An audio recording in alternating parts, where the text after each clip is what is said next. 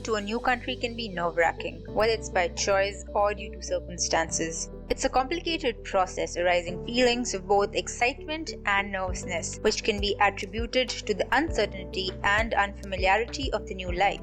Although it is impossible to completely equip for all the changes that this move will bring, but you can always be prepared for it a little better. In this video, we're going to talk about 10 ways to ease this transition before the D-Day. Before we begin, if you have any other points that have helped you in making such a move, let us know in the comment section below. And please don't forget to like, subscribe, and press that notification bell.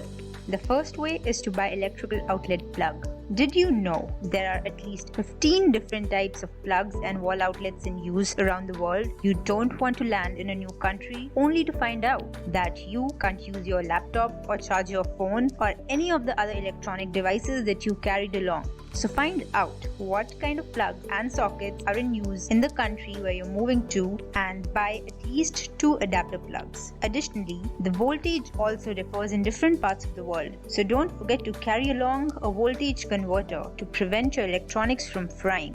Next, take care of your money matters. In most cases, you will either need to send some money back home or remit money from your home country, at least in the beginning. Everybody needs that kind of support. It's of utmost importance that before moving, you open a bank account that allows you to easily transfer money between the 2 countries. Depending on the countries, you can also find apps that let you transfer money in another currency through an online transaction. And even if you do not plan to do any such transaction, it's wise to do your research and know the requisites for such an app or an account, just in case of an emergency.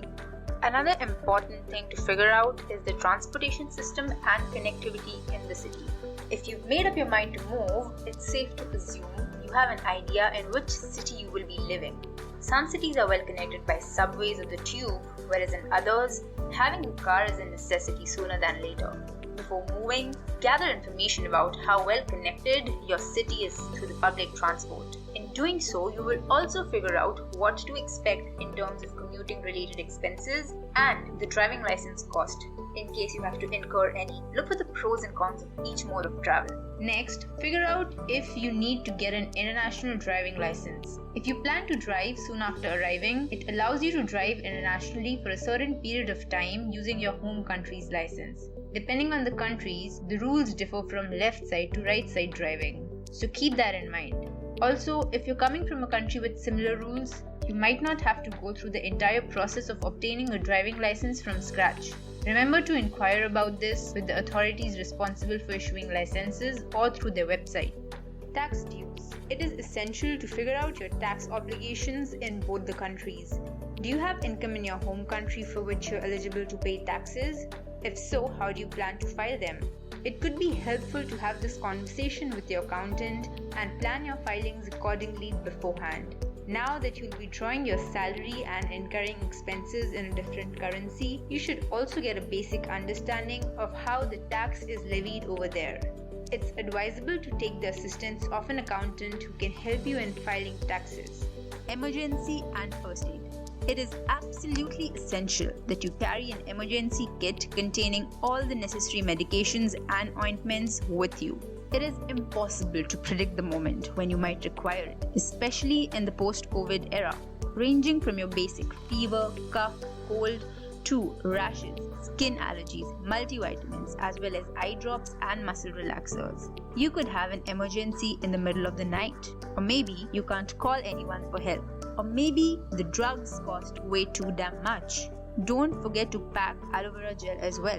It can save you in more than one ways. Medical checkup. Next, get a complete health checkup before moving. Consult your GP and get a blood work done. We cannot stress this enough. Go for a checkup with your dentist.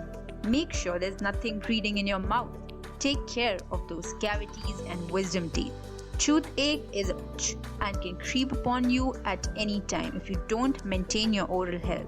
The health insurance and medical costs differ in every country, and it can burn a real hole in your pocket if you don't plan for such foreseeable emergencies. Prepare your documents. Carry along all your important documents such as vaccination cards, birth and marriage certificates, driving license, academic records, your employment experience letters, etc. to name a few. Not only the originals but also carry along Xerox copies of each of these documents as well as your CV. If you're going to be looking for a job soon after arriving, you can never have enough CVs on hand. Calling applications. International calls over cellular network are not cheap. Although in most countries around the world, you can use WhatsApp or Skype or FaceTime to call back home and stay connected. However, there are some nations where internet calling is banned. Before moving, read if internet calling is allowed in the new country, and if not, find out other ways to call your loved ones back at home. SIM card.